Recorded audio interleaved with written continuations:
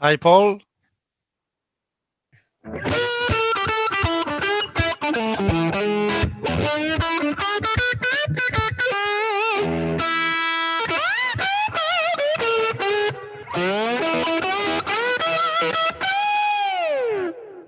Mark, how are you? Very well, thank you. How are you, Paul? I'm doing very well. Thank you very much. So here we are, of course, to talk about the new album Werewolves of Portland. Right on. So this is your 16th solo album, but if we included Racer X and Mr. Big albums, it's nearly 30 full-length studio albums that you recorded. How do you still find the inspiration to create new songs and new stuff and new material? Well, believe it or not, I'm more inspired now than I ever have been. I think it's because although I play the guitar, I'm really thinking like a singer, which is kind of how I started. Like when I was a little kid, I wanted to be a singer, and I thought maybe I can play guitar too. But really, I wanted to be like the Beatles, where they mainly are singers. And but then I was disappointed in my singing voice. I couldn't hit the high notes, but guitar, I got long fingers, so I could play pretty well. And but lately I've been trying to learn vocal lines on guitar, and it means like I can be like a singer on guitar. So that's kind of what I did with this album. I had a song where first I would write the lyrics, Mhm. and then I would come up with a melody like you can never get in an argument about pie, and then play that on guitar.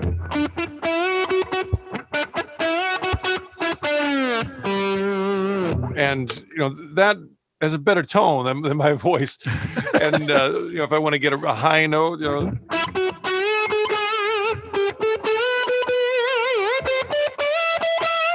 all those notes are there, but I'm trying to sing that. It's too high. And it's funny that a lot of my vocal heroes really sing high. I mean, somebody like Steven Tyler, Yes. with a taking back to the South Tallahassee, but on guitar.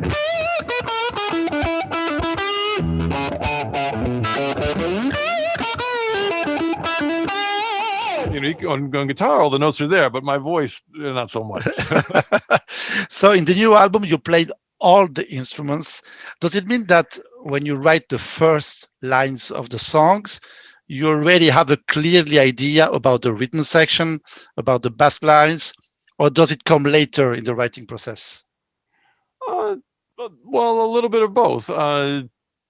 Usually the other parts are pretty obvious, but yeah, I sort out the details as we go. So the first part is just having the melody and the chords. Yes. So I got to figure out, for example, what gives life meaning?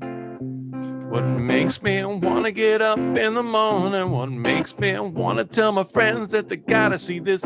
Like an upside down guitar from the guy in Kiss. Oh, and when my love comes home, that the chord like that. It's a surprising chord, and I got to figure out what is that chord. So I have to work with it a little bit, but then after you have that groove, you kind of know what the drums are going to do. Maybe the trickiest part is the bass. Oh, because I don't want to just go like, or what was this in C? So that's not for that kind of style. I need to have more motion.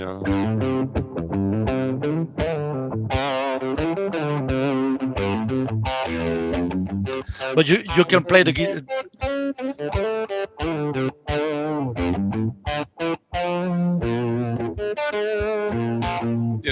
And so the bass part is actually probably the most demanding mentally. You just feel like, But you can play the bass like you play the guitar. Well, it's not a technique issue. Like it has nothing to do with technique. It's more to do with like composition. Because we usually with the guitar, I'm just kind of strumming, and that's pretty simple. But on the bass, I'm not gonna just go. that doesn't work. So because I've got to make more, almost like a solo. Absolutely.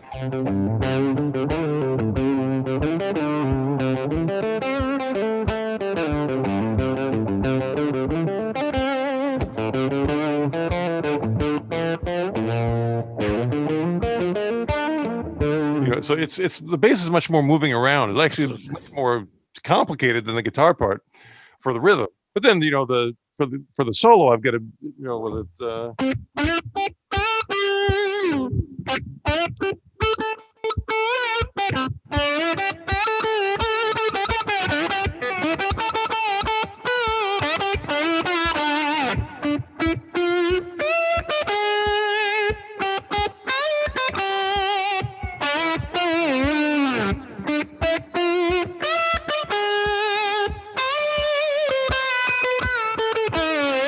So that's that the solo part's a little trickier, but that's it's funny because most of the record I didn't rehearse at all. I just had the melodies in my head and just sort of put it together as we went. So if I ever get to play these songs live, I'm going to have to go and do a lot of rehearsing. So was there a song that was harder to play on drums or bass? For drums, I mean, anything that's kind of fast, just because it's physically very demanding, like Werewolves of Portland, to go. For that,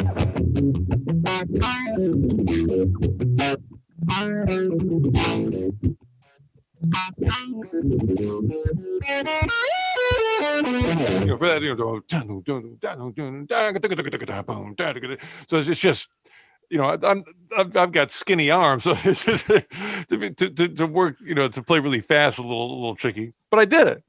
And then, bass is not so much about strength or technique. It's more about just what are the notes and how to compose it. So actually, Meaningful was one of the hardest ones. Argument About Pie, I thought that was going to be hard, but I did it last. So I think I was kind of warmed up, and I was surprised because it's actually a very complicated bass part. But I did like 2 takes, and it turned out really good. Great. So I couldn't believe it. I was like, I was scared. I was like, oh no, it's going to be so hard. But I got it really, really easily. We know that most of the songs come from the lyrics, as you said before, that you write. Did you record the vocal versions of the songs? Oh, not really. I mean, it may be in a demo. But you know what? I should, because like one singer that I worked with before, Freddie Nelson, he's really good at sort of singing the way I would sing it if I had a better voice. And so I would love to hear him sing Argument About Pie, or I guess in a way the only problem is like Argument About Pie has a lot of lyrics, so it kind of works. But some of the songs, the lyrics are so simple that I use, like was it a thunderous ovation shook the columns. The song is a thunderous ovation shook the columns. That's the only lyric. It's just over and over again. It's thunderous ovation shook the columns. A thunderous ovation shook the columns. Shook the columns. A thunderous ovation shook the columns. Like I just repeat it over and over again. In a way, like I think opera does that sometimes. Hallelujah, hallelujah. It's just the same word, over and over again. And that's kind of how some of the songs are like that. Or you would not be able to handle what I handle every day. It's sort of like that. You would not be able to handle every day. You would not be able to handle what I handle every day. You would never be understanding all the things I would say. You would not be able to handle what I handle every day. So that's all it does. There's no other lyrics to it. Just that over and over again. So let's talk about some songs of the album. One of my favorites is Meaningful. Tell us more about the inspiration you have when you wrote that song. Well, that was just about my family. I mean, it's a ballad. It's a ballad, and the opening lyric is a question. I'm asking myself, what gives life meaning? Like what makes me want to get up in the morning? And it's like asking yourself, like what makes me excited about living? And And I thought one of the things is an upside down guitar from the guy in Kiss, which is, the guy in Kiss plays an Iceman, set it Yes. upside down as the fireman. So it's like, to me, this guitar makes me excited to get up in the morning and show my friend, look at this cool guitar. And then my wife and my son, they're in it, so that's I'm just sort of talking about the things that make me happy to be alive. And and I think after a certain point that the melody kind of took off on its own. So I don't have words for the whole thing, but for 2/3 of it probably.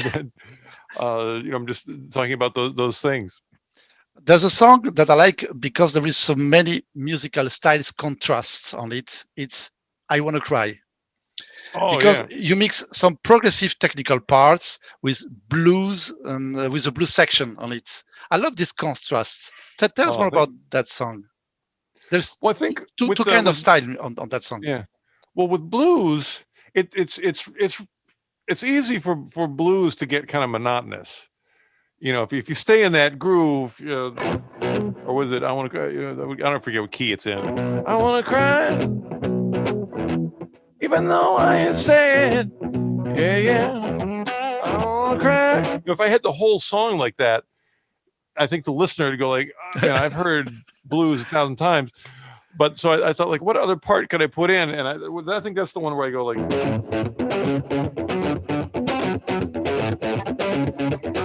So it has this whole other groove to it to kind of break it up, and I did that a lot on the record. It's almost like something that Black Sabbath and Iron Maiden used to do a lot, where they'd have one, and that's a great riff. But if you only did that, you'd sort of get tired of it. And then at the end, they're like, a totally different groove. So that's it's almost like a prog rock kind of thing. Yes, absolutely. But I'm trying to think of any other. What about it? I'm trying to think of the Beatles did that. Oh, the Beatles would do that on things like Lucy in the Sky with Diamonds. Where you've got that. And you have this like 6/8 or 3/4 thing, and all of a sudden it's like Lucy in the Sky with that totally different groove. Absolutely. And so it's almost like two songs put together, but they complement each other. Absolutely. I love also the groovy of problems solving people. Oh, thank you. It sounds like a 70s song, 70s rock song. Tell us more about that song also. Well, it's on guitar, it's in C sharp. So I'm going like.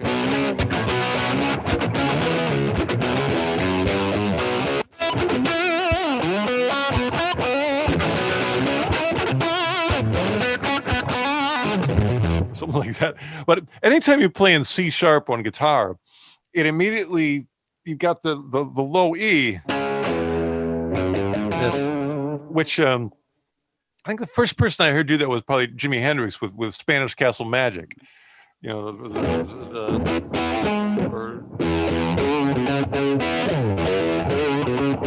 Spanish Castle Magic, and then Robin Trower, who was one of my favorite guitar players, great. Did a lot of songs like that. Day of the Eagle.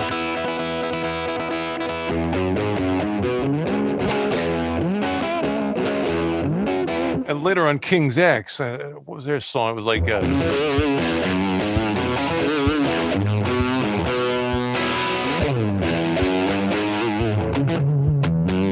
I think it's called Fall on Me. And so I've always liked that kind of C sharp trick where you hit that thing. And so this one is the same kind of thing, but it's more of like a power chord riff.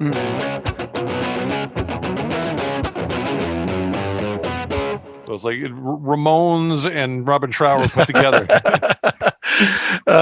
So let's talk a little bit about touring. I know that it's difficult to plan something at the moment, but we know that there's the Paul Gilbert Great Escape, Guitar Escape from the 5 to 9 July.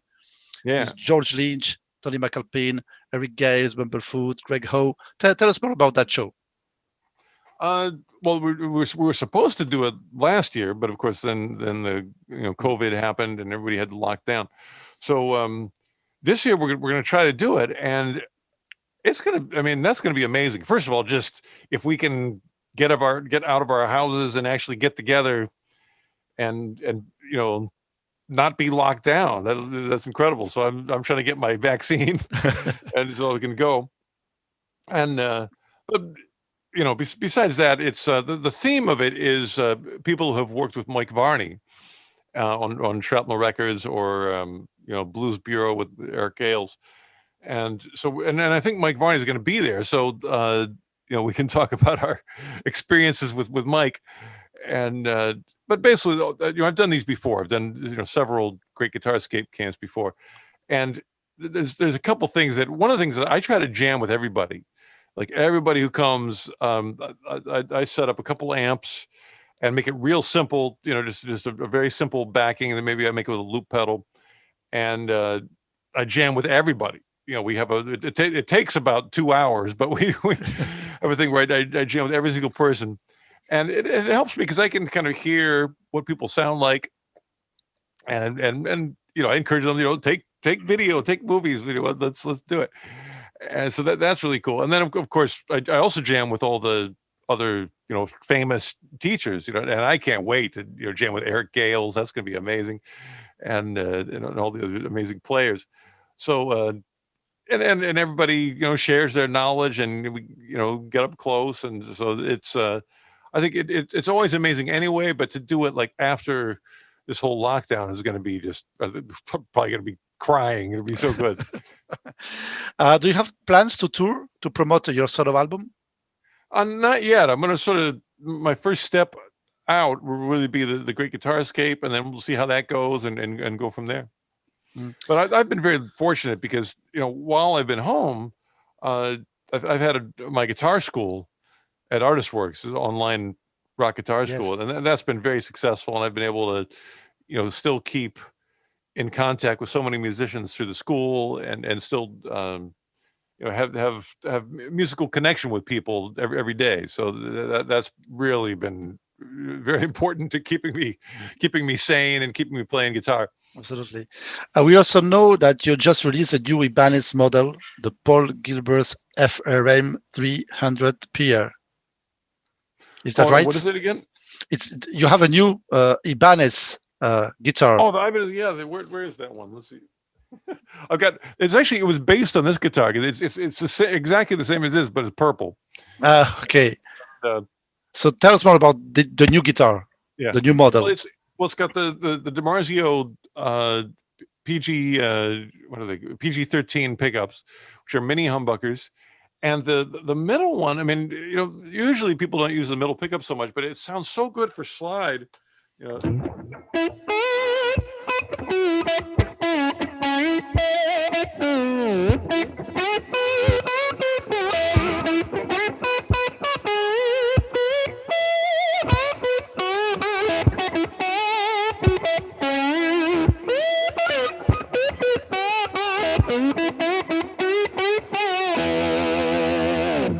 It's like a little bit warmer than the back one. Of course, when I'm playing normally, I usually have the bridge pickup. And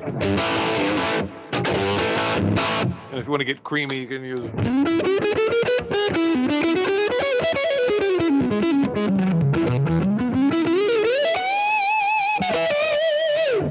But and it's purple. I'll find it. Hold on a second.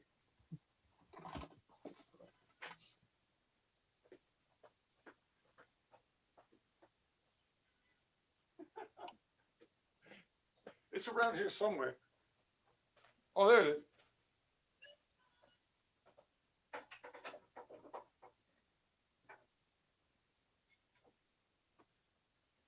But it's purple.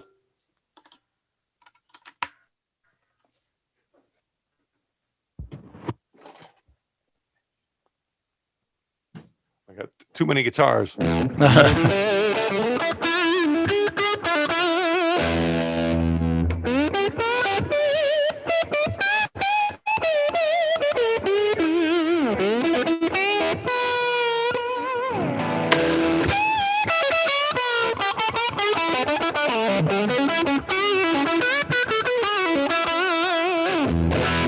Oh, it's sounding good too. And beautiful purple. That's a good color. Absolutely, very good, very good guitar. Absolutely. So, last question: Okay. do you think that it's possible to have a new Mr. Big album without Pat?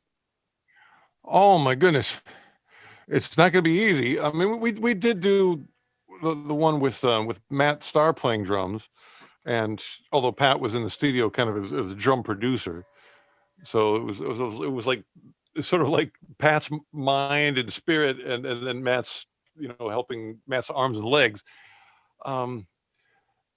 Yeah, I don't know. I mean, at the moment, I'm so busy and happy doing my own thing, and I don't feel like a guitar player anymore. I feel like a singer.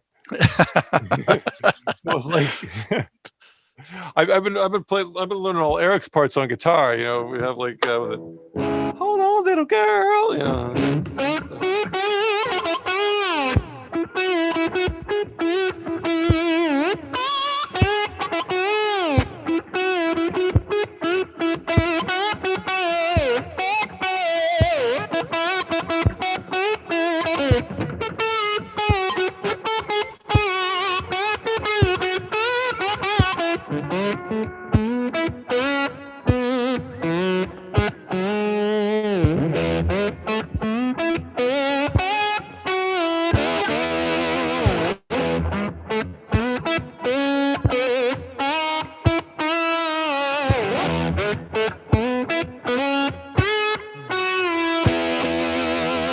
So no, I just need somebody to play guitar now. Thank you very much for all the information about the new album, about everything you do. We love a lot this album. It's a really great album. So thank you very much for this good music. And thank you so much. And we hope to see you very soon here in France. All right, later on. Thank you. Thank you. Bye. Bye.